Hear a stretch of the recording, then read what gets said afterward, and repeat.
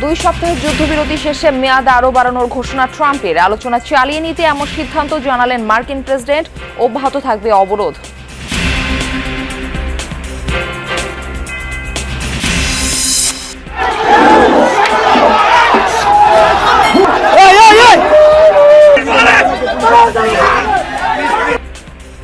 Chittagong city কলেজে কয়েক ঘন্টা ধরে ছাত্রদল শিবির ধাওয়া পাল্টা ধাওয়া, দেয়াল লিখনে গুপ্ত শব্দ নিয়ে বিরোধ, ক্যাম্পাসে পুলিশ মোতায়েন। তারা গুপ্ত রাজনীতি দিয়ে এই বাংলাদেশের চর দখলের মতো ছাত্র রাজনীতিকে কলঙ্কিত করে শিক্ষা প্রতিষ্ঠান দখল করতে চায়। গুপ্ত যারা ছিল ছাত্রলীগের মধ্যে ছাত্র দলে, এই গুপ্ত বাহিনী এখন ছাত্র দলের নাম ভাঙিয়ে নানাভাবে অপকর্মে লিপ্ত হয়ে আছে। প্রাথমিকভাবে যে ধাওয়া পাল্টা দেওয়ার বিষয়টি ছিল, আমাদের পুলিশ উপস্থিতির পরে এই বিষয়টা সমাধানে চলে আসে। দেশে এভিয়েশন হাব গড়ে তুলতে চায় সরকার, জানালেন প্রতিমন্ত্রী। বিমানকে দুর্নীতিমুক্ত করতে নেওয়া হবে পদক্ষেপ। একাধিক আন্তর্জাতিক বিমানবন্দর গড়ে তোলার পরিকল্পনা। একটা এভিয়েশন হাব তৈরি করার জন্য নীলফামারীতে অনেক জায়গা আছে। সৈয়দপুরে আমরা কার্গো হ্যান্ডলিং করার জন্য বিস্তর একটা সম্ভাবনা রয়েছে। বিদ্যুৎ জ্বালানি সংকটে বিপর্যস্ত কক্সবাজারের পর্যটন খাত। অনেক হোটেল মোটেলই সীমিত করেছে গ্রাহক সেবা। পরিস্থিতির উন্নয়নে সরকারের হস্তক্ষেপ চান সংশ্লিষ্টরা। লোডশেডিং এর প্রভাবে টেলিযোগাযোগ খাতে টাওয়ার নেটওয়ার্ক ও ডাটা সেন্টার নিয়ে বেকায়দায় অপারেটর কোম্পানিগুলো, কৌশল নির্ধারণে বিটিআরসির জরুরি সভা আহ্বান। ঢাকা আরিচা মহাসড়কের নয়াডিঙ্গিতে নির্মাণাধীন সেতুর প্রয়োজনীয়তা নিয়ে প্রশ্ন। সরকারের টাকা হরিলুটের মহোৎসব বলছেন স্থানীয়রা।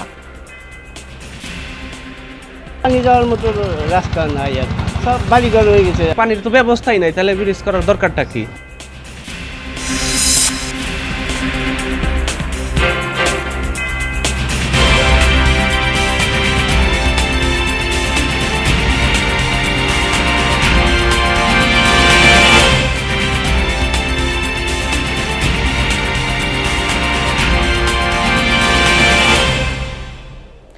আমন্ত্রণ জানাচ্ছি যমুনা নিউজে। আপনাদের সঙ্গে থাকছি আমি মারফি রহমান। এতক্ষণ শিরোনাম দেখছিলেন। ইরানের সাথে চলমান যুদ্ধবিরতির মেয়াদ বাড়ানোর ঘোষণা দিয়েছেন মার্কিন প্রেসিডেন্ট ডোনাল্ড ট্রাম্প। তেহরান চুক্তির প্রস্তাব জমা এবং আলোচনায় কোনো সিদ্ধান্তে না পৌঁছানো পর্যন্ত কার্যকর থাকবে এটি। পাকিস্তানের অনুরোধে নেওয়া হয়েছে এই সিদ্ধান্ত। তবে ইরানি বন্দরগুলোতে অব্যাহত থাকবে মার্কিন নৌ অবরোধ।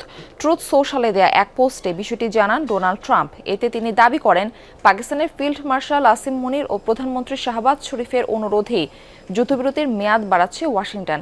জানান, এই যুদ্ধবিরতি ততক্ষণ পর্যন্তই কার্যকর থাকবে যতক্ষণ না ইরানের নেতা প্রতিনিধিরা যুক্তরাষ্ট্রের কাছে ঐক্যবদ্ধ প্রস্তাব নিয়ে আসে। তবে আনুষ্ঠানিকভাবে এখনও কোনো প্রতিক্রিয়া ব্যক্ত করেনি ইরান। এদিকে বর্ধিত যুদ্ধবিরতির সিদ্ধান্তকে স্বাগত জানিয়েছে মধ্যস্থতাকারী পাকিস্তান।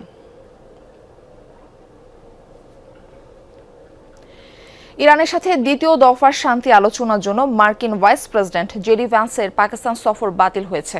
হোয়াইট হাউস সূত্রের বরাতে বিষয়টি নিশ্চিত করেছেন মার্কিন সংবাদ মাধ্যম সিবিএস নিউজ। ইরানি প্রতিনিধিদের সাথে চুক্তি চূড়ান্ত করতে দ্বিতীয় দফায় বুধবার ইসলামাবাদ সফরের কথা ছিল জেডি ভ্যান্সের।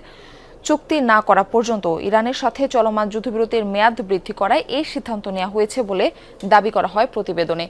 এর আগে তেহরানের সাথে প্রথম দফার শান্তি আলোচনায় অংশ নিতে উচ্চপদস্থ কূটনীতিক সহ পাকিস্তান সফর করেন মার্কিন ভাইস প্রেসিডেন্ট। সংঘাতময় পরিস্থিতি কাটিয়ে ধীরে ধীরে স্বাভাবিক হতে শুরু করেছে মধ্যপ্রাচ্যের বিভিন্ন দেশের মানুষের জীবনযাত্রা। দীর্ঘ 7 সপ্তাহ পর ফের খুলে দেওয়া হয়েছে সংযুক্ত আরব আমিরাতের শহর দুবাইয়ের শিক্ষা প্রতিষ্ঠান। শিক্ষক শিক্ষার্থীদের কোলাহলে জেগে উঠছে বিদ্যালয় প্রাঙ্গণ। শিশু কিশোরদের যথাযথ নিরাপত্তা নিশ্চিতে প্রতিটি স্কুলে তৈরি করা হয়েছে নির্দিষ্ট গ্রিন জোন বা জরুরি আশ্রয় কেন্দ্র। দীর্ঘ সময় পর ফের স্বাভাবিক জীবনে ফেরার স্বস্তির নিঃশ্বাস ফেলছেন দেশটির বাসিন্দারা। দীর্ঘ আতঙ্ক ও অনিশ্চয়তা কাটিয়ে ওঠার পর খুলেছে স্কুল, তাই এমন উচ্ছ্বাস শিশুদের মাঝে। 1 মাসেরও বেশি সময় পর ফের স্কুল প্রাঙ্গণ মুখরিত শিক্ষক শিক্ষার্থীদের কোলাহলে। দীর্ঘ সময় পর পরিচিত বন্ধু বান্ধবদের পেয়ে ব্যাপক উচ্ছ্বাসিত শিশুরা। তাদের নিরাপত্তা নিশ্চিতে প্রতিটি স্কুলেই তৈরি করা হয়েছে নির্দিষ্ট গ্রিন জোন বা নিরাপদ এলাকা। যে কোনো অতর্কিত বিপদ বা হামলায় সেসব স্থানে জরুরিভাবে আশ্রয় নিতে পারবে শিক্ষার্থীরা। সবকিছু এখনো স্বাভাবিক না হলেও আমি স্কুলে আসতে চাই। অনলাইনে ক্লাস করতে আমার ভালো লাগে না। আমি আমার বন্ধুদেরও দেখা পাই না। এই জন্য আমি চাই সব আবার আগের মতো হয়ে যাক। ইরান যুক্তরাষ্ট্র ইসরায়েল যুদ্ধের পর থেকে বন্ধ রাখা হয় সংযুক্ত আরব আমিরাতের বিভিন্ন শহরের শিক্ষা, বাণিজ্যিক কেন্দ্রের মতো প্রতিষ্ঠান। বর্তমানে কিছুটা শিথিল মধ্যপ্রাচ্যের পরিস্থিতি, তাই স্বাভাবিক হয়ে উঠছে মধ্যপ্রাচ্যের অন্যান্য দেশের মতো সংযুক্ত আরব আমিরাতের জনসাধারণের জীবন। চিরচেনা পরিচিত জীবনযাপনে ফিরতে চেষ্টা করছে মানুষ। সেই চেষ্টাতেই গেল শনিবার যথাযথ নিরাপত্তা যাচাই শেষে দুবাইয়ের স্কুলগুলো আবারও খুলে দেওয়ার ঘোষণা দেয় দেশটির শিক্ষা ও জাতীয় দুর্যোগ ব্যবস্থাপনা বিভাগ। চারপাশে সবকিছু আবার স্বাভাবিক হচ্ছে, এটা দেখেই স্বস্তি পাচ্ছি। বাচ্চারা আবার স্কুলে যাচ্ছে, এসব নিয়েই আতঙ্ক আর অনিশ্চয়তায় ছিলাম। মার্কিন, ইসরায়েল ও ইরান যুদ্ধে ব্যাপক টানাপোড়েনের মাঝে পড়ে মধ্যপ্রাচ্যের পরিস্থিতি। হামলার শিকার হয় দুবাই, আবুধাবি সহ সংযুক্ত আরব আমিরাতের বেশ কিছু গুরুত্বপূর্ণ শহর। সব অনিশ্চয়তা কাটিয়ে ধীরে ধীরে স্বাভাবিক জীবনে ফেরার চেষ্টা করছে ইউএই এর বাসিন্দারা। সাবরিনা নুসরাত, যমুনা নিউজ। চট্টগ্রামে দেয়াল লিখনে গুপ্ত শব্দ নিয়ে ধাওয়া পাল্টা ধাওয়া ও সংঘর্ষে জড়িয়েছে শিবির ও ছাত্রদলের নেতাকর্মীরা। দুপুরে সিটি কলেজের সামনে লাঠিসোঁটা ও দেশীয় অস্ত্র নিয়ে সংঘাতে জড়ায় তারা। চলে ধাওয়া পাল্টা ধাওয়া, পরে পুলিশ পরিস্থিতি নিয়ন্ত্রণে আনে। এই ঘটনায় সংবাদ সম্মেলন করে ছাত্রদল ও শিবির একে অপরকে দোষারোপ করেন। উভয়পক্ষই দাবি করেন হামলায় তাদের বেশ কয়েকজন গুরুতর আহত হয়েছেন।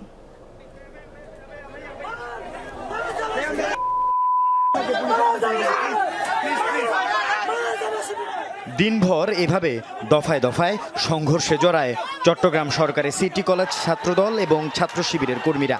সকালে এক দফা সংঘর্ষের পর বিকালে আবারও দুপক্ষ সংঘর্ষে জড়ালে পুরো নিউ মার্কেট এলাকায় আতঙ্ক ছড়িয়ে পড়ে।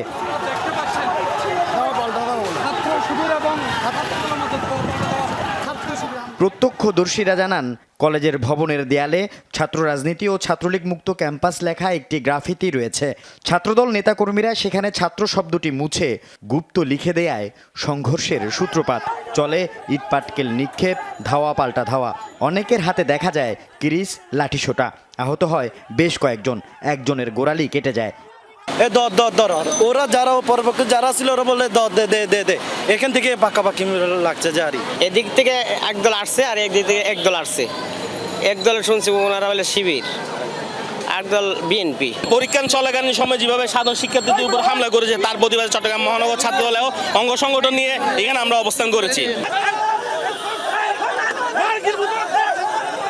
পরিস্থিতি নিয়ন্ত্রণে মোতায়েন করা হয় বাড়তি পুলিশ। এক পর্যায়ে পুলিশ লাঠিচার্জ করে দুপক্ষকে ছত্রভঙ্গ করে দিলে আবারও সড়কে অবস্থান নেয় উভয় পক্ষ। পুলিশের উপস্থিতি ছিল প্রাথমিকভাবে, যে ধাওয়া পাল্টা দেওয়ার বিষয়টি ছিল আমাদের পুলিশ উপস্থিতির পরে এই বিষয়টা সমাধানে চলে আসে। এ পরিস্থিতিতে কলেজের ক্লাস ও নির্ধারিত পরীক্ষা স্থগিত ঘোষণা করা হয়। তবে জাতীয় বিশ্ববিদ্যালয়ের অধীন ডিগ্রি দ্বিতীয় বর্ষ এবং মাস্টার্সের পরীক্ষা হয়েছে। আমরা বললেও তো এরা শুনছে না, রাজনীতি করছে, পোস্টার লাগাচ্ছে, বলছে যে রাজনীতি আমরা করব। এটা আমার মনে হয় অভিভাবক যারা আছেন, রাজনৈতিক অভিভাবক, তাদেরই সিদ্ধান্ত নিতে হবে।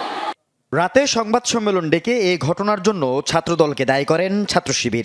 প্রথম যখন হামলা করা হয়েছে সকালবেলায় প্রিন্সিপালের রুম থেকে আমরা যখন বের হয়ে রাস্তায় আসা হয়েছে, আমাদের দায়িত্বশীলরা এই গেট থেকে বের হওয়ার সময় এইখানে ছাত্রদলের সন্ত্রাসীরা, বহিরাগত সন্ত্রাসীরা সেখানে অবস্থান করেছে, পুলিশ এখানে অবস্থান করেছে। আমাদের ভাইরা বের হওয়ার পরে সেখানে আক্রমণ করা হয়েছে। এর আগে সংবাদ সম্মেলনে সিটি কলেজ ছাত্রদল নেতারা দাবি করেন শিবিরই প্রথম হামলা করেছে।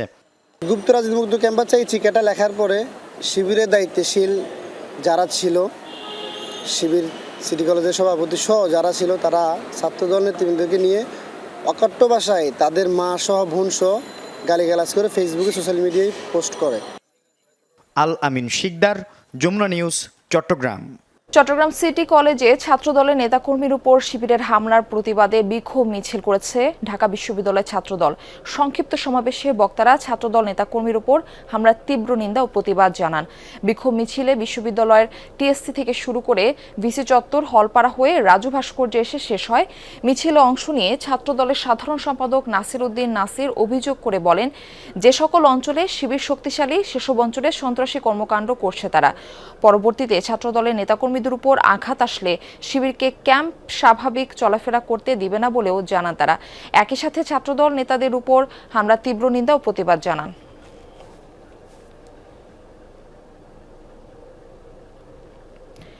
দেশের বিমান খাতকে আধুনিক ও দুর্নীতিমুক্ত করতে একাধিক আন্তর্জাতিক বিমানবন্দর এবং এভিয়েশন হাব গড়ে তোলার পরিকল্পনা করছে সরকার। এছাড়া নীলফামারীতে এভিয়েশন হাব এবং সৈয়দপুর কার্গো হ্যান্ডলিং কেন্দ্র গড়ে তোলার সম্ভাবনা নিয়েও চলছে যাচাই বাছাই।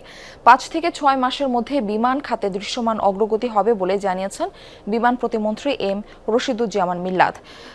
কারো বিরুদ্ধে দুর্নীতির অভিযোগ প্রমাণিত হলে সংশ্লিষ্টদের চাকরিচ্যুত করার কথাও জানান তিনি। বিস্তারিত রাজীব আহমেদের রিপোর্টে থাকছে। কাছাকাছি সময় একাধিক ফ্লাইট অবতরণ করলেই শাহজালাল আন্তর্জাতিক বিমানবন্দরে লেগে যায় হজবরল। বিশেষ করে রাতে চাপ বাড়ে কয়েক গুণ। লাগেজ বেল্ট আর ইমিগ্রেশনই লেগে থাকে লম্বা জট। সমাধানে কি করছে সরকার? আমরা ইতিমধ্যে সিভিল এভিয়েশনকে নির্দেশ দিয়েছি যে স্লটগুলো এমনভাবে করেন যাতে 1.5 ঘন্টা 2 ঘন্টা পরে পরে আমাদের প্লেনগুলি ল্যান্ড করে কন্টিনিউয়াসলি সকাল থেকে গভীর রাত পর্যন্ত বা 24 আওয়ার্স। 2টি গেট করেছি, 3টি স্ক্যানার মেশিন বসিয়েছি যাতে করে প্রবাসীরা আসলে পরে আর এই জটের মধ্যে না পড়তে হয় এবং তাড়াতাড়ি তারা যাতে বের হতে পারে। যাত্রীদের লাগেজ খোয়া যাওয়া বা ব্যাগ কেটে মালামাল চুরির ঘটনা কি থামানো গেছে? প্রবাসীরা যাতে লম্বা লাইন ধরে বা তাদের থাকতে না হয়, আপনার ইমিগ্রেশন করতে তাদের লম্বা প্রবলেম না হয়, সেগুলি কিন্তু কিছু কিছু সর্ট আউট আমরা ইতিমধ্যেই করেছি। কিছু ব্যাগ কাটা হতো, ব্যাগ চুরি হতো, সেগুলি প্রথম দিকেও হতো। আমাদের 1 মাস থেকে কিন্তু এই কমপ্লেনটা আর নাই। কক্সবাজার বিমানবন্দরকে আন্তর্জাতিক মানে উন্নীত করার পাশাপাশি সৈয়দপুর কার্গো হাব তৈরির সম্ভাবনাও খতিয়ে দেখছে সরকার। চিন্তা করেছি যে একটা এভিয়েশন হাব তৈরি করার জন্য নীলফামারীতে অনেক জায়গা আছে, সৈয়দপুরে আমরা কার্গো হ্যান্ডলিং করার জন্য বিস্তর একটা সম্ভাবনা রয়েছে। এগুলি নিয়ে আমরা স্টাডি করছি। বিদেশি প্লেনগুলি যারা রিফুয়েলিং করতে যায় অন্য জায়গায়, সেটাও এখানে করা সম্ভব এবং সেটা করলে বিলিয়নস অফ ডলার এখান থেকে আর্ন করা সম্ভব। বিমান আর এভিয়েশনের বিভিন্ন পর্যায়ে সিন্ডিকেট দুর্নীতি বন্ধে নানা উদ্যোগের কথা জানান প্রতিমন্ত্রী। জানালেন নতুন বেতন কাঠামো এবং বড় নিয়োগ পরিকল্পনা আছে। আজ করতে পারছি যে এখানে একটা সিন্ডিকেশন কাজ করে, সেগুলি ভাঙার জন্য এক এক করে আমরা চেষ্টা করছি কিভাবে একে অ্যাড্রেস করা যায়। একটা বেতন কাঠামো তৈরি করা দরকার, যে কাঠামোর ভিত্তিতে তারা স্বস্তি পাবে যে আমরা বিমানে একটা প্রেস্টিজিয়াস জব করছি। দীর্ঘদিনের অব্যবস্থাপনা কাটিয়ে বিমান খাতকে ঢেলে সাজানোর পরিকল্পনা বাস্তবায়ন হলে ভোগান্তি যেমন কমবে, তেমনি দেশের এভিয়েশন খাতেও নতুন গতি আসবে বলে মনে করেন বিমান প্রতিমন্ত্রী। রাজীব আহমেদ, যমুনা নিউজ, ঢাকা। তীব্র লোডশেডিং আর জ্বালানি সংকটে বিপর্যস্ত কক্সবাজারের পর্যটন খাত। বাধ্য হয়ে অনেক হোটেল সীমিত করছে সেবার মান। পর্যটকরা হোটেল বুকিং এর আগে নিশ্চিত হয়ে নিচ্ছেন জেনারেটর সুবিধা। পরিস্থিতি নিয়ন্ত্রণে সরকারের বিশেষ হস্তক্ষেপ চান সংশ্লিষ্টরা। 5 তারকা মানের এই হোটেল কদিন আগেও ছিল আলো ঝলমলে, অথচ জ্বালানি সংকট আর তীব্র লোডশেডিং এর চাপে এখন অনেকটা ম্লান। পর্যটন নগরী কক্সবাজারের সবগুলো হোটেল মোটেলের চিত্র অনেকটা এমন। দিনের বেলা সূর্যের আলো থাকলেও রাতে তৈরি হয় গোমট পরিবেশ। 5-6 ঘন্টার বেশিও লোডশেডিং হচ্ছে। সো 6 ঘন্টা যদি লোডশেডিং হয়, আমার কাছ থেকে প্রায় আপনার 170 লিটার ডিজেল আমাকে ব্যবহার করতে হচ্ছে। দেশের যে পরিস্থিতি, ডিজেলটা ঠিক মতো তো পাওয়া যায় না। এই গরমের মধ্যে আমরা অন্তত ফাঁকাটা চালু রাখতে না পারি, লাইটটা জ্বালিয়ে দিতে না পারি, এই যে কথা বাদিয়ে দিলাম, তাহলে যারা অনেক কষ্ট করে কক্সবাজার ভ্রমণে আসতেছেন তারা আবার নতুন করে কষ্ট করতেছে। এভাবে চলতে গেলে কক্সবাজার থেকে সরকার যে রাজস্ব পায় এটা অনেক ক্ষতি হবে। পর্যটকদের সেবা নিশ্চিতে হোটেল মোটেলগুলোতে নিজস্ব জেনারেটরের ব্যবস্থা থাকলেও জ্বালানি সংকটে নিরবিচ্ছিন্নভাবে ব্যবহার সম্ভব হচ্ছে না।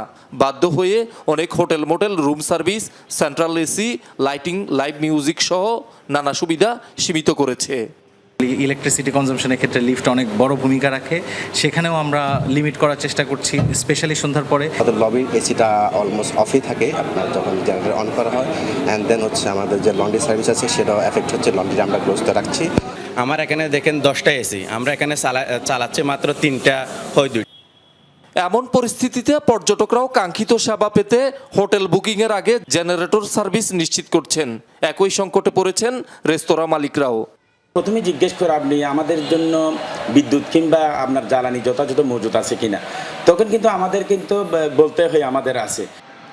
কক্সবাজারের 4.5 শতাধিক হোটেল মোটেলে প্রতিদিন প্রায় 10,000 লিটার জ্বালানির চাহিদা। লোডশেডিং বেড়ে যাওয়ায় চাহিদা বেড়েছে দ্বিগুণ। শহীদুল সুমন, যমুনা নিউজ। মাত্রাতিরিক্ত লোডশেডিং এবং অপ্রতুল বিদ্যুৎ সরবরাহের প্রভাব পড়তে শুরু করেছে দেশের টেলিকম খাতে। একের পর এক সাইট ডাউন হতে শুরু করেছে। বিভিন্ন অঞ্চলের টাওয়ার, ডাটা সেন্টার, নেটওয়ার্ক ব্যবস্থাপনা নিয়ে হিমশিম খাচ্ছেন সংশ্লিষ্টরা, যার সরাসরি প্রভাব পড়ছে টেলিকম খাতের বহুমাত্রিক সেবায়। পরিস্থিতি উত্তরণের কৌশল নির্ধারণে বিদ্যুৎ বিভাগ, মোবাইল অপারেটর সহ অংশীজনদের নিয়ে আগামীকাল জরুরি সভার আহ্বান করেছে বিটিআরসি। দেশজুড়ে মাত্রাতিরিক্ত লোডশেডিং এর বিরূপ প্রভাব পড়েছে টেলিকম খাতে। বিভিন্ন অঞ্চল থেকে সাইট ডাউনের খবর আসছে। ডাটা সেন্টার ও নেটওয়ার্ক ব্যবস্থাপনা নিয়ে বিড়ম্বনায় পড়েছেন সংশ্লিষ্টরা। পপসমূহ বন্ধের উপক্রম হয়েছে। এমন পরিস্থিতিতে উদ্বিগ্ন মোবাইল অপারেটরদের সংগঠন এমটপ। বিষয়টি নীতি নির্ধারকদের জানানো হয়েছে। বলা হচ্ছে তৃণমূলে 10 থেকে 15% সাইট ডাউন বা বন্ধ হয়েছে, যার প্রভাবে টেলিযোগাযোগ এবং ইন্টারনেট সেবা প্রদান ক্ষতিগ্রস্ত হচ্ছে। যে সব অপারেটরের ক্ষেত্রে প্রায় অ্যাভারেজ 10% থেকে 15% কিন্তু টাওয়ারে কোনো ইলেকট্রিসিটি নেই। আমরা যতটুকু পেরেছি জেনারেটর দিয়ে চালাচ্ছি, যতটুকু পারছি না সেক্ষেত্রে নেটওয়ার্কটা অফ থাকছে। এখন নেটওয়ার্কটা খুব ভালনারেবল জায়গায় আছে। যদি এটার সুরাহা না হয় এবং এইভাবে যদি বিদ্যুৎ চলে যায় 4-5 ঘন্টা, তাহলে কোর নেটওয়ার্কগুলো হুমকির মধ্যে পড়ে যাবে। 4টি মোবাইল ফোন অপারেটরের 27টি ডাটা সেন্টার আছে। প্রতিটি ডাটা সেন্টার সচল রাখার জন্য ব্যবহার হচ্ছে একাধিক জেনারেটর। প্রতিটি জেনারেটরের জন্য প্রতিদিন দরকার পড়ছে সর্বোচ্চ 3,500 লিটার ডিজেল। এর সাথে টাওয়ার সচল রাখতে আরও বাড়তি জ্বালানির প্রয়োজন। এমটপ বলছে নেটওয়ার্ক সচল রাখার জন্য বর্তমানে প্রতিদিন 1 লিটারের বেশি জ্বালানি দরকার হচ্ছে, কিন্তু স্থানীয় ফিলিং স্টেশন থেকে চাহিদার বিপরীতে সরবরাহ মিলছে খুবই সামান্য।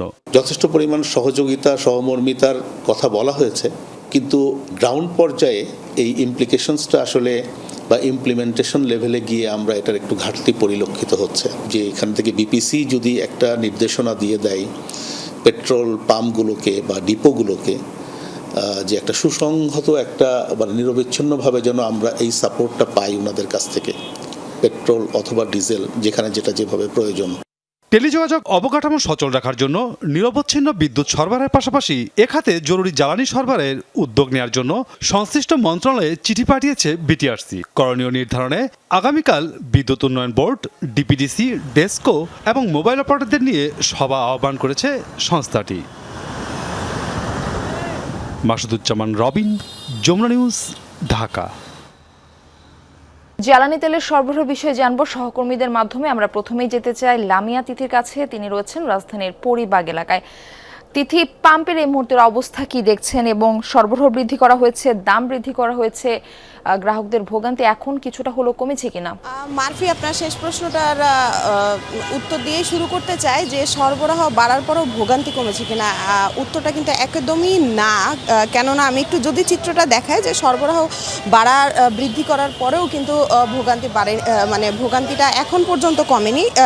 আমরা এসছি এই পরিবাগের যেই তেলের যেই পাম্প রয়েছে এখানে কিন্তু আমরা সকাল থেকে দেখছিলাম যে এখন কিন্তু আপনি দেখতেই পাচ্ছেন যে বাইকাররা নিজেদের মধ্যে বাকবিতণ্ডা শুরু করেছেন। কারণ তারা কিন্তু গতকাল রাত থেকে কেউ রাত 2টায় এবং কেউ গতকাল রাত 8টা থেকে লাইনে দাঁড়িয়েছেন। তারা কিন্তু আমাদের জানাচ্ছিলেন যে জ্বালানি তেলের দাম বৃদ্ধি করার পরেও কিন্তু যে ভোগান্তি, সেই ভোগান্তি কিন্তু কমেনি। তারা কিন্তু আশা করেছিলেন যে জ্বালানি তেলের দাম বৃদ্ধি করার পরে কিন্তু কিছুটা হলেও ভোগান্তি কমবে, কিন্তু চিত্র তার একদমই বিপরীত। যদি বলি যে এই ফিলিং স্টেশনে এইখানে কিন্তু অকটেন আজকে সরবরাহ হচ্ছে 17,900 লিটার এবং পেট্রোল কিন্তু 10,700 লিটার। বলতে গেলে কিন্তু যে দীর্ঘ সারি, দীর্ঘ ভোগান্তি সেগুলো কিন্তু রয়েছে। তবে তদারকি যে কর্মকর্তারা রয়েছেন তারা কিন্তু বলছেন যে কিছু পাম্পে কিন্তু জ্বালানি তেলের চাহিদা বেশি রয়েছে, সেখানে কিন্তু পরিস্থিতি সামাল দিতে কিছুটা বেগ পেতে হচ্ছে। এছাড়াও যদি বলি যে পাম্প মালিকরাও কিন্তু বলছেন তেলের বেশ কিছুটা সরবরাহ বাড়লেও এখন পর্যন্ত ভোগান্তি কমেনি। তবে সামনের দিকে ধীরে ধীরে কিন্তু ভোগান্তি কমার তারা আশ্বস্ত দিচ্ছেন। মারফি। তিথি, আপনাকে ধন্যবাদ জানাচ্ছি যুক্ত হওয়ার জন্য। আমাদের আরেক সহকর্মীকে দেখতে পাচ্ছি, নাজমুল হোসেন, তিনি যুক্ত হচ্ছেন কুড়িগ্রাম থেকে। নাজমুল, ফিলিং স্টেশনগুলোতে এখন তেল নিতে আসা গাড়ির চাপ কেমন দেখছেন? গ্রাহকরা তাদের চাহিদা মতো তেল পাচ্ছেন কিনা? আমি বলতে চাচ্ছি যে ভোগান্তি কিন্তু কমেনি, বিশেষ করে যারা বিভিন্ন বেসরকারি চাকরিজীবী এবং অন্যান্য সরকারি চাকরিজীবীরা যারা রয়েছে তারা কিন্তু রাত জেগে এইখানটায় সিরিয়াল দিচ্ছে, যে পাম্পগুলোতে তেল পাওয়া যাচ্ছে সেইখানটায় গিয়ে তারা রাত থেকে অবস্থান করছে শুধুমাত্র 9টার মধ্যে যেন তেল পেয়ে তারা অফিস করতে পারে এবং অন্যান্য কাজকর্ম করতে পারে। বিশেষ করে বেসরকারি যারা চাকরিজীবী রয়েছে বা বেসরকারি বিভিন্ন কোম্পানিতে রয়েছে তারা কিন্তু ভোগান্তিতে বেশি পড়েছে। সারাদিন পরিশ্রম করে রাতে আবার সিরিয়ালে থেকে তারা তেল সরবরাহ করছে। তাদের একটা অভিযোগ রয়েছে যে তেলের যদিও পাম্পগুলোতে কিছুটা হলেও স্বাভাবিক পরিস্থিতি রয়েছে, চাহিদার তুলনায় বেশি পরিমাণে সরবরাহ করা হচ্ছে, কিন্তু সেটা আসলে বলতে গেলে অপ্রতুল। কেননা কিছু আমাদের কুড়িগ্রাম জেলাটা হচ্ছে একদম প্রত্যন্ত গ্রামগঞ্জ রয়েছে, সেখান থেকে যদি একটা পাম্পে আসা যায় দেখা যায় 20 থেকে 30 কিলোমিটার পথ পাড়ি দিয়ে আসতে হয়, যার কারণে প্রত্যন্ত অঞ্চলে যেসব চালকরা রয়েছে তারা কিন্তু একটা ভোগান্তির মধ্যে পড়েছে। এবং মাঠ পর্যায়ে যারা খুচরা ডিলার বা যারা এজেন্ট রয়েছে তাদের মাধ্যমে যদি সরবরাহটা নিশ্চিত করা না যায় তাহলে এই চাপটা কমবে না। তবে গেল 2 দিন থেকে তেলের দাম বাড়ার পর থেকে কিছুটা মোটরসাইকেলের চাপ কমেছে, যেখানে আমরা গেল 3 দিন আগেও দেখেছি যে 2 থেকে 2,500 হাজার মোটরসাইকেল আপনার একটি করে পাম্পে দাঁড়িয়ে থাকতো, এখন সেটা 300 থেকে 400, সর্বোচ্চ দেখা যায় 500 পর্যন্ত মোটরসাইকেল দাঁড়িয়ে যাচ্ছে। এবং যারা ভোগান্তির শিকার রয়েছে তারা কিন্তু ওই রাত জেগে বা 4-5 ঘন্টা অপেক্ষা করে তারপর তারা তেল পাচ্ছে। তো সাধারণ যারা গ্রাহক রয়েছে তাদের দাবিটা হচ্ছে খুচরা পর্যায়ে এবং পাম্পগুলোতে 24 ঘন্টা তেল সরবরাহটা নিশ্চিত করা গেলে এই ভোগান্তিটা কিছুটা বা উন্নতি হবে বা লাঘব হবে। মারফি। নাজমুল, ধন্যবাদ যুক্ত হওয়ার জন্য। দিন যত গড়াচ্ছে বরিশাল বিভাগে হামের প্রকোপ ততই বাড়ছে। প্রতিদিন গড়ে শতাধিক শিশু উপসর্গ নিয়ে হাসপাতালে ভর্তি হচ্ছে। হামের সঙ্গে দেখা দিচ্ছে নিউমোনিয়া সহ নানা শারীরিক জটিলতা। অবস্থার অবনতি হলে পাঠানো হচ্ছে রাজধানী ঢাকায়। এই সংকট মোকাবেলায় চিকিৎসার পাশাপাশি টিকার উপর জোর দিয়েছে স্বাস্থ্য বিভাগ। কাউসার হোসেনের প্রতিবেদন। বরগুনার তালতলী উপজেলার 6 বছরের শিশু মাফিয়া পটুয়াখালী হাসপাতালে চিকিৎসা নিয়ে সুস্থ হয়ে ফিরেছিল বাড়িতে, তারপর আবারও অসুস্থ হয়ে পড়ে সে। এবার ঠাঁই হয়েছে বরিশাল শের-ই-বাংলা মেডিকেলে। নগরীর পলাশপুরের 11 মাসের তাহারিমা ভর্তি ছিল রাজধানীর একটি হাসপাতালের আইসিইউতে। সুস্থ হয়ে ফেরার পর আবার ভর্তি হতে হয় বরিশালে। রোগীর স্বজনদের অভিযোগ আছে চিকিৎসা সেবা নিয়ে। এই বুধবার ভর্তি করছি, বৃহস্পতিবার এই সব নাকমি যাই গেছে, এই নাম কাটতে লইয়া কয় বরিশাল এই বরিশাল এখানে বসে খেলছে মালছে খাবার খাইছে ওই সব করছে। ইংরেজটা দেওয়ার পরে আমার বাচ্চা কাহিল। এরা যদি এমন ভুল চিকিৎসা দেয়, আজকে আমার বাচ্চা হয়েছে কালকে তো আর একজনের বাচ্চা হইতে পারে। বিভাগে জ্যামিতিক হারে বাড়ছে হামের উপসর্গবাহী রোগী। আক্রান্তদের অধিকাংশই ভর্তি হচ্ছে শের-ই-বাংলা মেডিকেলে। রোগীর চাপে হিমশিম অবস্থা এই সেবা কেন্দ্রে। শিশু বিভাগের 4টি কক্ষ এখন হাম কর্নার। প্রতিটি বেডে 3 থেকে 4 জন রোগী, বাকিদের জায়গা হচ্ছে মেঝেতে। আসলে আবাসন সমস্যা, এক সিটে 2 জন 3 জন করে বসাতে দেয়, তারপর অতিরিক্ত গরম। সিট তো পাই নাই, সিট বলতে আমরা এই রোডে আমাদের বিছনা দিছে। শিশু ওয়ার্ডের জন্য একটা অনেক বড় বার্ডেন আমাদের এই মুহূর্তে। আমরা তো হিমশিম খাচ্ছি, কিন্তু আমরা সবাইকে চিকিৎসা দিচ্ছি এবং আমাদের হাম রোগীদের জন্য আলাদা একটা আইসোলেশন ওয়ার্ড করা আছে আমাদের। হামের সাথে বিশেষ কোনো জটিলতা না থাকলে হাসপাতালে ভর্তি না করার পরামর্শ বিশেষজ্ঞ চিকিৎসকদের। কিন্তু নর্মাল যে হাম রোগী এটা বেশি সংখ্যক, মোর দ্যান 90-95%, ওনারা বাড়িতেই চিকিৎসা করবেন, তাতে আতঙ্কিত হওয়ার কিছু নেই। দেখা যাচ্ছে জনসাধারণ নিজেরই সে ভিটামিন ক্যাপসুল খাওয়াচ্ছে, যদি তার ভিটামিন এর ঘাটতি না থাকে ওটা তো পার্শ্ববর্তী দেখা যাবে। হামের প্রাদুর্ভাব ঠেকাতে টিকাদান কর্মসূচির পাশাপাশি সচেতনতা বৃদ্ধির চেষ্টা চালাচ্ছে স্বাস্থ্য বিভাগ। তাদের দাবি শিশুদের ভ্যাকসিনের আওতায় আনা গেলে সংক্রমণ কমে আসবে। এটা প্রতিরোধের জন্য এক হচ্ছে এইজ গ্রুপ বাড়ানো হচ্ছে। আমরা আগে 2টা ভ্যাকসিন দিতাম 9 মাস আর 15 মাসে, এখন এইজ গ্রুপটা নামিয়ে এসে 6 মাস থেকে 59 মাস। বরিশাল বিভাগে এ পর্যন্ত 19 শিশুর মৃত্যু হয়েছে, আক্রান্ত প্রায় 2000। কাউসার হোসেন, যমুনা নিউজ, বরিশাল। হামের সার্বিক পরিস্থিতির খবর জানাতে চাঁদপুর থেকে আমাদের সঙ্গে যুক্ত হচ্ছেন সহকর্মী ইব্রাহিম রনি। ইব্রাহিম, চাঁদপুরের কি অবস্থা দেখছেন? সেখানে হামের প্রকোপ ঠিক কতটা? হাসপাতালে হাম রোগীর চাপ কেমন? চিকিৎসকরা এই বিষয়ে কি বলছেন? মার্ফি, চাঁদপুরে কিন্তু হামের প্রকোপ এখনো বলা যায় যে অনেকটা আগের মতোই আছে। গত 24 ঘন্টায় চাঁদপুর এই সদর হাসপাতালে কিন্তু 19 জন হাম সন্দেহে রোগী এসেছেন, যারা চিকিৎসা নিচ্ছেন। এই গত 24 ঘন্টায় এই হাসপাতাল থেকে চিকিৎসা নিয়ে বাড়ি ফিরেছেন 17 জন রোগী, যেমনটি হাসপাতাল কর্তৃপক্ষ জানিয়েছেন। এছাড়া এ পর্যন্ত জেলায় কিন্তু প্রায় 400 হাম সন্দেহে রোগী এসেছেন এ পর্যন্ত, তাদের স্যাম্পল সংগ্রহ করে ঢাকায় পাঠানো হয়েছে। কিন্তু গত 9 দিন ধরে রিপোর্ট না আসার কারণে কিন্তু নতুন করে কতজন হাম রোগী শনাক্ত হয়েছেন সেটি কিন্তু জানা যাচ্ছে না। চিকিৎসকরা যেমনটি জানিয়েছেন যে ঢাকায় সারা দেশের ল্যাবে প্রচন্ড চাপের কারণে আসলে নতুন করে রিপোর্ট এখনো আসছে না, খুব সহসায় হয়তো রিপোর্ট আসবে। তো চাঁদপুরে কিন্তু এই হাম প্রতিরোধে কিন্তু টিকা কার্যক্রম চলছে। দ্বিতীয় ধাপের টিকা কার্যক্রম, প্রথম ধাপ গত 5 তারিখ থেকে শুরু হয়েছে, দ্বিতীয় ধাপ কিন্তু গত 20 তারিখ থেকে শুরু হয়েছে। এ পর্যন্ত জেলার 8টি উপজেলায় 1,13,000 শিশুকে টিকা দেওয়া হয়েছে বলে স্বাস্থ্য বিভাগ যেমনটি জানিয়েছে।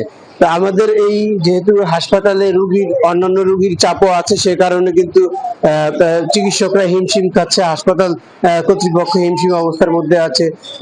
রোগীরা কিন্তু ওষুধ সেবা যেটি হাসপাতাল থেকে ফ্রি পান সেটি কিন্তু পর্যাপ্ত হারে পাচ্ছেন না, যেহেতু রোগীর চাপ বেশি। সে কারণে ইব্রাহিম রনি, আপনাকে ধন্যবাদ যুক্ত হওয়ার জন্য। নদী নেই, খাল নেই, নেই রেল ক্রসিংও, এমনকি ইন্টার ক্রসিংও নেই সড়কে। তারপরও প্রায় 13.5 কোটি টাকা খরচে ঢাকা-রিচা মহাসড়কের নয়াডেঙ্গি বাস স্ট্যান্ড এলাকায় নির্মাণ করা হচ্ছে সেতু। কেন সরকারের এই অর্থ অপচয় তা স্থানীয়দের কাছে এক রহস্য। এলাকাবাসী বলছেন পুরনো পরিকল্পনাতে চলছে সরকারের টাকা হরিলুটের মহোৎসব। চারপাশে বসতবাড়ি, দোকানপাট, সড়কের পাশ দিয়ে শুকনো জমি, নেই কোনো খাল বা পানি প্রবাহের চিহ্ন। অথচ ঠিক এখানেই নির্মাণ হচ্ছে একটি সেতু। ঢাকা-রিচা মহাসড়কের নয়াডিঙ্গি বাসস্ট্যান্ড এলাকার এই প্রকল্প দেখে হতবাক স্থানীয়রা। একসময় দুই পাশের ফসলি জমির পানি নিষ্কাশন হতো এখান দিয়ে, কিন্তু এখন আশপাশের ব্যক্তি মালিকানাধীন জমি ভরাট করে গড়ে উঠেছে বসতবাড়ি সহ বিভিন্ন স্থাপনা। অথচ এখানেই প্রায় 13.5 কোটি টাকা খরচ করে নির্মাণ হচ্ছে একটি সেতু। স্থানীয়দের প্রশ্ন, বাস্তবতায় পানি না থাকলে সেতুর প্রয়োজনীয়তা কতটুকু? ব্রিজ আসলো বলে যখন ব্রিজ করতে হবে তার তো মানে নাই। আগে ব্রিজ ছিল, এখন বইরা কালভার্ট বানাইছি বা রাস্তা করেছি, এইটা হলো পরিবর্তন। এই চকের পানিটা বেরো হইতো, আবার এখান দিয়ে ঢুকে এখানে ঢুকতো, ঠিক আছে? এখন তো ওগুলো সব বন্ধ হয়ে গেছে। পানির তো ব্যবস্থাই নাই, তাহলে ব্রিজ করার দরকারটা কি? এলাকাবাসীর দাবি, একসময় এই স্থান দিয়ে দুই পাশের জমির পানি নিষ্কাশন হতো। চলাচলের সুবিধার্থে সেখানে ব্রিজ নির্মাণ করা হয়। তারও পরে 60-এর দশকে নির্মাণ হয় ঢাকা-রিচা মহাসড়ক। তবে সেই চিত্র এখন অনেকটাই পাল্টেছে। অনেক আগেই হারিয়ে গেছে পানি প্রবাহ। কিন্তু বাস্তবতার সঙ্গে মিল না রেখেই পুরনো সেতু ভেঙে নতুন করে প্রায় 13.5 কোটি খরচে সেতু নির্মাণ করছে সড়ক ও জনপথ বিভাগ। এখন পানি যাওয়ার মতো রাস্তা নাই, আর সব বাড়িঘর হয়ে গেছে চারিদিকে। পাইলিং এর তো ব্যয়বহুল খরচ, এটা সবাই জানে। তো সেক্ষেত্রে আর পাইলিং করতে হতো না, সে অবস্থায় আপনার মাটি ভরাট করে খরচ অনেকটা কমে আনা যাইতো। স্থানীয় ভূমি অফিসের তথ্যমতে সরকারি রেকর্ডেও এখানে কোনো নদী, খাল বা জলাশয়ের অস্তিত্ব নেই। 1958 হতে 1963 সাল পর্যন্ত এসি রেকর্ডের সময় কিংবা তার পরবর্তীতে সময়ে এই ব্রিজের উত্তর কিংবা দক্ষিণ এখানে কোনো নদী, খাল কিংবা কোনো জলাধার ছিল না। বর্তমান বাস্তবতার প্রেক্ষিতে ব্রিজের প্রয়োজনীয়তা অনেকটাই নাই বললেই চলে। তবে সড়ক ও জনপথ বিভাগের দাবি, কারিগরি টিমের মতামত অনুযায়ী পুরনো সেতু ভেঙে 4 লেনের উপযোগী নতুন সেতু নির্মাণ করা হচ্ছে। সরকারের নীতিমালা অনুসারে কোনো জায়গায় কোনো ব্রিজ থাকলে সেই এক্সিস্টিং চ্যানেলটাকে আমরা বন্ধ করতে পারি না। সড়ক ও জনপথ অধিদপ্তরের যে টেকনিক্যাল সাইট রয়েছে ব্রিজের জন্য, যারা সারা বাংলাদেশের ব্রিজের হেলথ মনিটরিং করে থাকে, ব্রিজ ডিজাইন করে থাকে, তাদের ওখান থেকে একটা রিকমেন্ডেশন এসেছে। প্রায় 29 মিটার দৈর্ঘ্যের এই সেতুর নির্মাণ কাজ অনুমোদন দেওয়া হয় 2025-26 অর্থ বছরে। চলতি বছরের মধ্যেই কাজ শেষ হওয়ার কথা রয়েছে। B M Khorshed, Jamuna news, Manikganj. কখনো ব্যাংকে যাননি অথচ পেয়েছেন লাখ টাকার লোনের নোটিশ। সেই ঋণ আবার নেওয়া হয়েছে 8 বছর আগে। এমনটাই ঘটেছে জয়পুরহাটের কালাই উপজেলায়। অভিযোগ উঠেছে স্থানীয় দালালের মাধ্যমে মানুষের এনআইডি ও প্রয়োজনীয় কাগজ জোগাড় করতেন অগ্রণী ব্যাংকের তৎকালীন শাখা ব্যবস্থাপক নুরুল ইসলাম। এরপর তাদের নামে ভুয়া ঋণ উত্তোলন করে আত্মসাৎ করেছেন বিপুল পরিমাণ অর্থ। এর মধ্যে অভিযোগের সত্যতা পাওয়ায় নুরুল ইসলামের পেনশনের টাকা কেটে রেখেছে ব্যাংক কর্তৃপক্ষ। জয়পুরহাটের কালাই উপজেলার আওড়া গ্রামের বাসিন্দা পুতুল চন্দ্র ভ্যান চালিয়ে পরিবারের সদস্যদের জন্য দুমুঠো খাবার জোগাড় করেন। কখনো ব্যাংকের চৌকাঠ না পেরোনো এই পুতুল চন্দ্র হুট করে একদিন পান ব্যাংক লোনের নোটিশ। 2018 সালে স্থানীয় এক দালালের ঋণের প্রস্তাবে ভোটার আইডি সহ প্রয়োজনীয় কাগজ দিয়েছিলেন পুতুল চন্দ্র। পরবর্তীতে লোন হবে না বলে জানায় সেই দালাল। 2025 সালের মার্চে অগ্রণী ব্যাংক থেকে নোটিশ আসে। কালাই শাখা থেকে পুতুলের নামে নেওয়া হয়েছে 50,000 টাকা ঋণ। সুদে আসলে যা প্রায় দ্বিগুণ হয়েছে। আমাদের গ্রামের সমাজে একজন লোক এসে বলল, আমাদের গ্রামের, সে বলছে অগ্রণী ব্যাংকে লোন দিব। দেওয়ার পর আমার ভোটার আইডি কার্ড, কাগজপাতি এবং আমার ছবি বাসার থেকে নিয়ে যায়। 5-6 মাস পর বলে এখন নুন টন হবে না, এগুলা বন্ধ আছে, পরবর্তী এগুলা দেখবো বাবা। আওড়া গ্রামের আরও অনেকেই পুতুলের মতো নোটিশ পেয়েছেন, অথচ তারা কেউই ব্যাংক থেকে ঋণ নেননি। আমরা সব কাগজ সাইন দিলাম, দিয়ে তারপর আমাদের করছে যে 2 দিন পর তোমাদের ঋণ ফাইলান হয়ে যাবে, আসে চেক দিয়ে কাগজ নিয়ে যাবা। আমরা গেলাম, যা দেখে আমাদের ঋণ হয়নি। 1 বছর পর দেখেছি আমাদের সবাই নোটিশ লোন হচ্ছে। আমরা তো টাকা একটাও লেনি, 3 বাপ বেটার একটাও টাকা লেনি। ওই আমার ভাগনাও 1 টাকা লেনি, ওর কাছেও নোটিশ আছে। নোটিশ আসে তো ওই বলেছে তোমাকে লোন আছে। তখন তো আমাদের শুনে তো মাথা ঘুরে গেছে যে আমাদের লোন নেই, কিছু নেই। আমরা কাগজ নিয়ে যাই, কাগজ আমাদের ফেরত দিছে। ফেরত দেয় সেই কাগজ নিয়ে যায়, আবার কিভাবে লোন করলো, কি করলো। ব্যাংকের ঊর্ধ্বতন কর্মকর্তারা জানান, যে সময়ে ঋণগুলো দেয়া হয়েছিল তখন কালাই শাখার দায়িত্বে ছিলেন ব্যবস্থাপক নুরুল ইসলাম। অভ্যন্তরীণ নিরীক্ষায় তার বিরুদ্ধে 53 জনের নামে ভুয়া ঋণ নেয়ার বিষয়টি নিশ্চিত হয়েছে ব্যাংক কর্তৃপক্ষ। অভিযুক্ত শাখা ব্যবস্থাপকের পেনশনের টাকা কেটে ঋণের টাকার সমন্বয়ের কাজও চলমান। 2017-18 সালে তৎকালীন ব্যবস্থাপক কৃষি ঋণ বিতরণে একটু কারচুপি করেছিল, তা আমাদের অভ্যন্তরীণ নিরীক্ষায় 2019 সালে ধরা পড়ে এবং সেই প্রেক্ষিত থেকে আমরা ওই ব্যবস্থাপকের পেনশন থেকে আমার টাকা কেটে রেখেছি। ভুক্তভোগীদের অভিযোগ, স্থানীয় দালালের মাধ্যমে গ্রামের সরল মানুষের ভোটার আইডি ও কাগজ সংগ্রহ করতেন নুরুল ইসলাম। এরপর তাদের নামে ব্যাংক থেকে ঋণ উত্তোলন করতেন। 2019 সালে চাকরি থেকে অবসরে যান অভিযুক্ত নুরুল ইসলাম। এসব বিষয়ে ক্যামেরার সামনে কথা বলতে রাজি হননি নুরুল ইসলাম। মোবাইল ফোনে জানান ঋণ আদায়ের চেষ্টা চলছে। আমরা লোন দিয়েছি, আদায় আমরা সবাই মিলে করেছি। তাদের কাছে সময় নিয়েছি, ইনশাল্লাহ আমরা জুলাইয়ের মধ্যে সম্পূর্ণ লোন আদায় করতে সক্ষম হবো ইনশাল্লাহ। 100-র মধ্যে 75% আদায় হয়েছে, এখন 25% আছে। এটা জুলাইয়ের মধ্যে আমাদের আদায় হবে। নুরুল ইসলামের বিরুদ্ধে অভিযোগ তদন্ত করে দ্রুত আইনানুগ ব্যবস্থা গ্রহণের দাবি ভুক্তভোগীদের। আব্দুল আলিম, যমুনা নিউজ, জয়পুরহাট। রাজধানীর মোহাম্মদপুর জেনেভা ক্যাম্পে অভিযান চালিয়ে প্রায় $1.5 কোটি টাকা মূল্যের মাদক ও একটি বিদেশি অস্ত্র উদ্ধার করেছে আইনশৃঙ্খলা বাহিনী। এ সময় আটক করা হয় বেশ কয়েকজনকে। নিয়মিত অভিযানের অংশ হিসেবে মঙ্গলবার রাতে জেনেভা ক্যাম্পে অভিযান চালায় পুলিশ ও APBN। পুলিশ জানায়, অনেক বছর ধরে টেইলারিং ব্যবসার আড়ালে মানু নামে একজন হেরোইন ও গাঁজা বিক্রি করে আসছিল। খবর পেয়ে তার বাসায় অভিযান চালিয়ে $1.5 কোটি টাকা মূল্যের হেরোইন ও গাঁজা উদ্ধার করে পুলিশ। তবে অভিযানের তথ্য পেয়ে পালিয়ে যায় মানু। অভিযান চালানো হয় বুনিয়া সোহেলের শাশুড়ির বাড়িতেও। সেখান থেকে উদ্ধার করা হয় একটি বিদেশি অস্ত্র। এ সময় মাদক ব্যবসা ও বিভিন্ন অপরাধে জড়িত বেশ কয়েকজনকে আটক করে পুলিশ। জেনেভা ক্যাম্পের একটা বড় সমস্যা হলো কি, আপনারা দেখেছেন যে আমরা যখন উঠি 3 তলায় লোহার গেট লাগানো থাকে, তালা মারা থাকে। প্রত্যেকটা তালা খুলতে খুলতে ছাদ দিয়ে পালানোর সুযোগ থাকে। তো এখন পর্যন্ত আমরা গ্রেপ্তার যেটা করেছি এই মনুর দোকান থেকে গ্রেপ্তার করি নাই, তবে এমনিতে গাঁজা বিক্রি করার সময় গাঁজার হাতে আমরা বেশ কয়েকজনকে গ্রেপ্তার করেছি, যাদের এসপিবিএন গেটে রাখা হয়েছে, আপনারা দেখেছেন। তো আজকে উদ্ধার করলাম, আমাদের আরও অভিযান চলবে।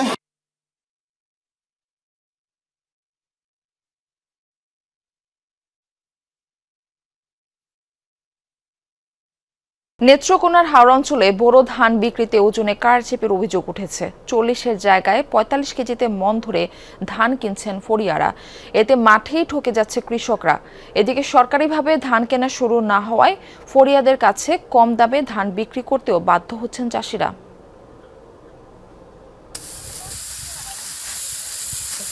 নেত্রকোনার হাওড়া অঞ্চলে চলছে এখন বড় ধান কাটার মৌসুম। দিনরাত এক করে সোনালী ধান কাটছেন কৃষকরা। মাড়াই শেষে মাঠে বিক্রি হচ্ছে সেই ফসল, কিন্তু ধান বিক্রিতে ওজনে ঠকানো হচ্ছে কৃষকদের। তাদের অভিযোগ, দেশের প্রচলিত নিয়ম অনুযায়ী 40 কেজিতে 1 মণ হওয়ার কথা থাকলেও স্থানীয় কিছু অসাধু ব্যাপারীরা 42 থেকে 45 কেজিতে 1 মণ করে ধান কিনছেন। এতে ফরিয়াদের কাছে ঠকে যাচ্ছে মাঠ পর্যায়ের কৃষকরা। 5 কেজি ধান না বলতে না দিলে এরা ধান নেয় না, আর এই সময় আমরা অন্য ব্যাপারী পাইও না। 700, 800, 900 বা বিঘি নিতে হবে, কারণ নিত না বিঘা ধান বেতন লাগে, কারণ বৃষ্টি হইলে আমরা কিনা তৈরি বাড়ি এলাকার মানুষ, আমরা রাস্তাঘাট নাই, বুঝুন, এই কারণে আমরা বেতন নাই, বেতন লাগে। ভেজা ধান কেনাতে ওজনে একটু বেশি নেওয়া হচ্ছে বলে দাবি ফরিয়াদের। তাদের দাবি, মিল মালিকদের কাছে বিক্রির সময় দিতে হয় 41 কেজি করে, এই জন্যই ধান বেশি নেওয়া হচ্ছে। মিলে গেলে আমরা কাঁচা তো গাঁতি হয়ে যায়, এটা লাগে গৃহস্থ 42-এর মন নেবে। আমরা তো বাড়তি দামটা দিই, মিলার না দিলে মিলাররা তার দাম দেয় না। 45 নিতে হয়, এছাড়া তো আমাদের ওজন ঠিক থাকে না। ওজনের বেশি নেওয়ার বিষয়টি স্থানীয় প্রশাসনের সাথে কথা বলে সুরাহা করা হবে বলে জানান জেলা খাদ্য বিভাগের কর্মকর্তা। সরকারিভাবে নির্দেশনা পাই নাই, এখনো আমরা দরও পাই নাই, পরিমাণও উল্লেখ করে কোনো নির্দেশনা পাই নাই, এই জন্য আমরা ধান শুরু করতে পারিনি। ব্যবসায়ী ফরিয়ারা কিনে, তারা 42-43 কেজি করে কিনে।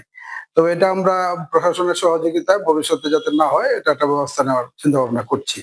এবার নেত্রকোনার হাওড়া অঞ্চলে প্রায় 42,000 হেক্টর জমিতে ধানের আবাদ হয়েছে।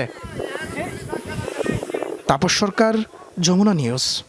4 বছর দায়িত্ব পালনের পর আইসিসির জেনারেল ম্যানেজার পদ থেকে সরে দাঁড়াচ্ছেন পাকিস্তানের ওয়াসিম খান। 2022 সালের মে মাসে জিওফ এলার্ডিসের স্থলাভিষিক্ত হন তিনি। এর আগে প্রায় 3 বছর পাকিস্তান ক্রিকেট বোর্ডের প্রধান নির্বাহী হিসেবে কর্মরত ছিলেন ওয়াসিম। তার সময় চূড়ান্ত হওয়া সবশেষ আইসিসি ফিউচার ট্যুর প্রোগ্রাম 2023-27 চক্রে আন্তর্জাতিক ক্রিকেটের পরিমাণ আগের চেয়ে বেড়েছে। এই সময় প্রথমবারের মতো নারী ক্রিকেটের জন্য এফটিপি চালু করা হয়। চলতি বছর জুনে দায়িত্ব শেষ হচ্ছে আইসিসির এই কর্তার। মুঘল আমল থেকে বংশ পরম্পরায় ভারতের দিল্লিতে এখনও টিকে আছে কবুতরের ঝাঁক নিয়ন্ত্রণের খেলা কবুতরবাজি। প্রায় 4 মাস ধরে কবুতর পোষ মানিয়ে দেওয়া হয় এক বিশেষ প্রশিক্ষণ। ধীরে ধীরে দীর্ঘ পথ পাড়ি দিয়ে ঘরে ফেরার শেষে শেখে কবুতরগুলো। মাঝ আকাশে বিশেষ একরকম শব্দ করে নিয়ন্ত্রণ করা হয় তাদের গতিপথ। মুঘল আমলে এভাবে কবুতর ব্যবহার করে বার্তা পাঠানো হলেও বর্তমানে ভারত পাকিস্তানের বিভিন্ন এলাকায় বিনোদনের অন্যতম মাধ্যম হয়ে উঠেছে এই ঐতিহ্য। দিল্লির আকাশে ঝাঁকে ঝাঁকে কবুতরের উড়াল, শীষ দিয়ে তাদের গতিবিধি নিয়ন্ত্রণ করছে এর মালিক। ঐতিহ্যবাহী এই খেলার নাম কবুতরবাজি। প্রাচীন মুঘল আমল থেকেই এর প্রচলন রয়েছে ভারতীয় উপমহাদেশের দেশগুলোই।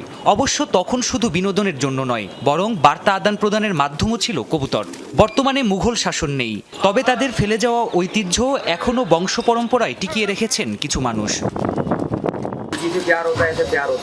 কবুতর পালন আমার কাছে আসক্তির মতন। ছোটবেলায় দাদাকে এটা করতে দেখতাম, তখন থেকেই আগ্রহ জন্মায়। এখন আমার ওস্তাদ আছেন, তার থেকেই কবুতরবাজি শিখছি। প্রশিক্ষকদের মতে কবুতরগুলোকে প্রশিক্ষণ দিতে প্রায় 4 মাস সময় লাগে।